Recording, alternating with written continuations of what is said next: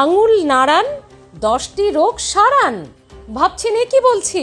হ্যাঁ বন্ধুরা, আমাদের হাতের তালু, আমাদের আঙুলের মধ্যে এমন কিছু জাদু আছে যাতে ঘরে বসেই আঙুল নাড়িয়ে আপনি 10টি রোগ সারিয়ে ফেলতে পারেন।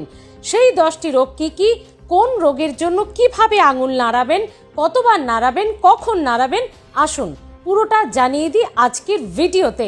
অবশ্যই শেষ পর্যন্ত দেখবেন, খুব উপকারে লাগবে আপনার।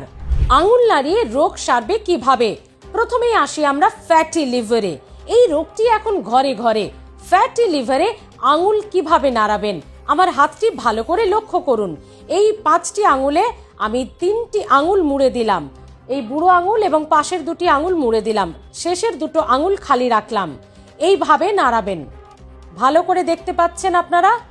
এইভাবে নাড়াবেন, নিচে নামাবেন, ওঠাবেন, যতক্ষণ না পর্যন্ত দেখবেন যে হাতে ব্যথা হয়ে যাচ্ছে।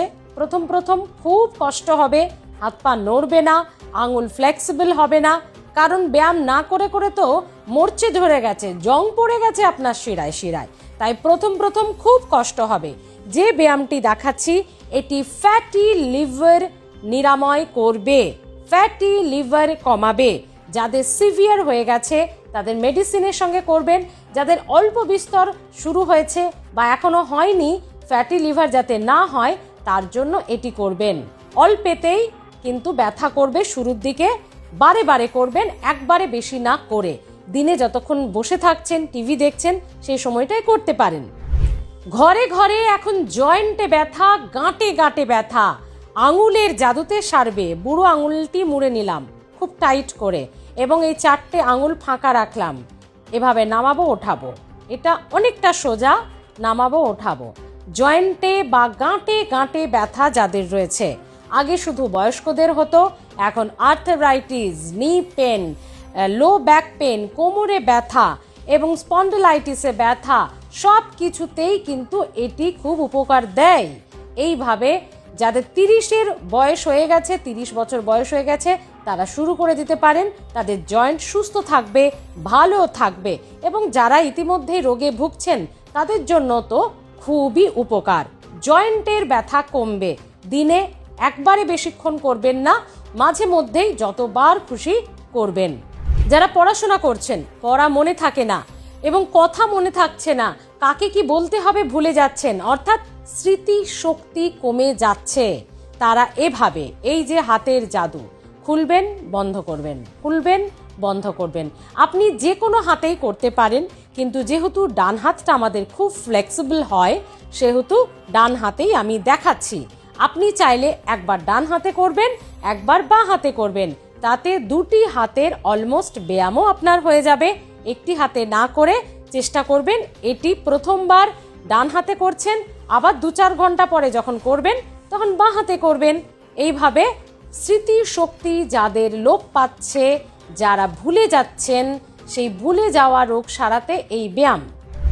ঘরে ঘরে এখন নাক ডাকার সমস্যা, সেই নাক ডাকা কমবে আপনার হাতে, আপনার আঙুলের জাদুতে। আমি বন্ধ করলাম 4টে আঙুল, একটি আঙুল দিয়ে এইভাবে খুলবেন, বন্ধ করবেন, বুড়ো আঙুলটি দিয়ে চেষ্টা করবেন। আবারও বলবো, যাদের ডান হাতে বাঁ হাতে 2টি হাতেই কোনো সমস্যা নেই, তারা একবার ডান হাত একবার বাঁ হাত এইভাবে চেষ্টা করবেন। একবারে বেশিক্ষণ করবেন না, কষ্ট হবে, বারে বারে করার চেষ্টা করুন। যাদের নাক ডাকার সমস্যা রয়েছে তারা এটি চেষ্টা করতে পারেন। নাক ডাকার সমস্যা খানিকটা হলেও কমবে এই আকুপাংচার বা এই ব্যায়ামে। যাদের কবজিতে, কনুয়ে ব্যথা, যাদের শোল্ডারে ব্যথা, এই পোর্শনটার ব্যথা কমবে আঙুলের জাদুতে। ভালো করে আমার হাতটা দেখুন, 2টো আঙুল বন্ধ করে দিলাম, 3টে আঙুল খোলা রাখলাম। এইভাবে করবেন। যাদের হাতে ব্যথা রয়েছে, ডান হাতে ব্যথা হলে ডান হাতে করতে হবে, বাঁ হাতে ব্যথা হলে বাঁ হাতে করতে হবে।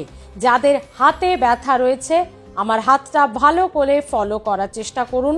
যাদের হাতে ব্যথা, একবারে বেশিক্ষণ করবেন না, বারে বারে করার চেষ্টা করবেন। 1 ঘন্টায় একবার করার চেষ্টা করবেন, মানে 1 ঘন্টায় 5 মিনিট করার চেষ্টা করবেন। যাদের ডান হাতে ব্যথা তারা ডান হাতে করুন, যাদের বাঁ হাতে ব্যথা তারা বাঁ হাতে করবেন। হাই প্রেশার, এটি এখন প্রত্যেক বাড়িতেই এই রোগী পাওয়া যায়। হাই প্রেশারও কমবে আপনার হাতের আঙুলের জাদুতে। এইভাবে 3টি আঙুল, মাঝের 2টি আঙুল বুড়ো আঙুলটি দিয়ে চেপে ধরুন, 2টি আঙুল খোলা রাখুন, এইভাবে ওঠান এবং বন্ধ করুন, খুলুন, এইভাবে ওঠান, নামান, বন্ধ করুন, খুলুন। যাদের হাই প্রেশার রয়েছে, হঠাৎ করে প্রেশার বেড়ে গেছে এবং তা যতক্ষণ না ডাক্তারবাবু আসছেন বা ডাক্তারখানা নিয়ে যাচ্ছেন তার আগে এটি তাকে চেষ্টা করতে বলতে পারেন। বা যাদের প্রেশারের সমস্যা আছে, ওষুধ খাচ্ছেন, তারাও সকালে, বিকেলে, দুপুরে যতবার পারবেন অন্তত 5 থেকে 10 মিনিট করে একবার করে করার চেষ্টা করুন, যতক্ষণ না হাতে ব্যথা করছে।